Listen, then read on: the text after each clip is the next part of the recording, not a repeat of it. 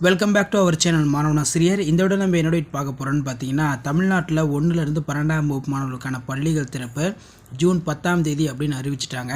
இப்போ மறுபடியும் வந்து பார்த்திங்கன்னா பள்ளிகள் திறப்பு தேதி மாற்றம் தொடர்பாக தற்போது வந்து பார்த்திங்கன்னா பள்ளி கல்வித்துறை அமைச்சர் ஆலோசனை செய்ய போகிறதா சொல்லியிருக்காங்க. கோடை வெயிலோட தாக்கம், மழையோட தாக்கம் அதிகமாக இருக்கிறதுனால பள்ளிகள் திறப்பு மீண்டும் ஒத்தி வைக்கப்படலாம் அப்படிங்கிற மாதிரி பள்ளி கல்வித்துறை வட்டாரங்கள் சொல்லியிருக்காங்க. ஏற்கனவே ஊடக தளங்கள்லையுமே வந்து பார்த்திங்கன்னா பக்ரீத் பண்டிகைக்கு பிறகு ஜூன் 18ஆம் தேதி பள்ளிகள் திறக்கப்படுகிறது. அதாவது வந்து பார்த்திங்கன்னா ஜூன் 3வது வாரத்தில் பள்ளிகள் திறக்க வேண்டும் சொல்லி அரசியல் கட்சி தலைவர்களும் கோரிக்கை வச்சுருந்தாங்க. ஸோ அதன் அடிப்படையில் வந்து பார்த்தோன்னா ஆலோசனை கூட்டம் இன்றைக்கி வந்து பார்த்தோன்னா நடந்திருக்கிறதா சொல்லியிருக்காங்க. நாளையும் நடக்க போகிறதா வந்து சொல்லியிருக்காங்க. ஸோ இதுக்கான அப்டேட் இந்த வீடியோ எண்டில் ப்ளே ஆகும். கொண்டிருக்கிறோம். பள்ளி கல்வித்துறை சார்ந்த திட்டங்கள் குறித்து அமைச்சர் அன்பில் மகேஷ் பொய்யாமொழி ஆலோசனை மேற்கொண்டு வருவதாக தகவல் வெளியாகியிருக்கிறது. அண்மை செய்தியாக பார்த்துக் கொண்டிருக்கிறோம். கோடை விடுமுறை முடிந்து ஜூன் 10ஆம் தேதி பள்ளிகள் திறக்கப்பட இருக்கக்கூடிய நிலையில் ஆலோசனை மேற்கொள்வதாக தகவல் வெளியாகியிருக்கிறது. இது குறித்த கூடுதல் விவரங்களை செய்தியாளர் மணிகண்டன் வழங்க நாம் கேட்கலாம். வணக்கம் மணிகண்டன், எது குறித்தெல்லாம் ஆலோசனை மேற்கொள்ளப்பட்டு வருவதாக தகவல் வெளியாகிருக்கு, விவரங்கள்? வணக்கம் அருணேஸ்வர். பள்ளிக்கல்வித்துறை சார்பில் கடந்த நிதிநிலை அறிக்கையில தெரிவிக்கப்பட்ட அறிவிப்புகள்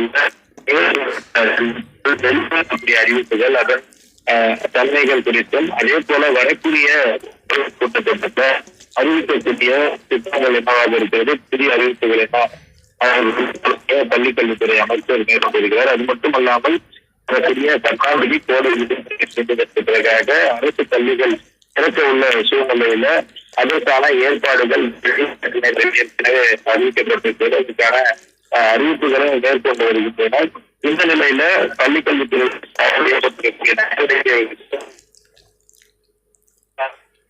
வருகிறது. முக்கியமாக பள்ளிக்கல்வித்துறை சார்ந்த இந்த கூட்டத்துல பள்ளிக்கல்வித்துறை செயலாளரும் அதே போல பள்ளிக்கல்வித்துறை இயக்குனர், தொடக்கக்கல்வித்துறை உயர்நிலைகள் கலந்து கொண்டிருக்கின்றனர். தேர்தல் மண்டலத்தின் விதிமுறைகளுக்கு பிறகு இந்த பள்ளிக்கல்வித்துறை சார்பான முக்கிய கூட்டம் என்பது தற்போது நடந்து வருகிறது. பள்ளிக்கல்வித்துறை சார்பில்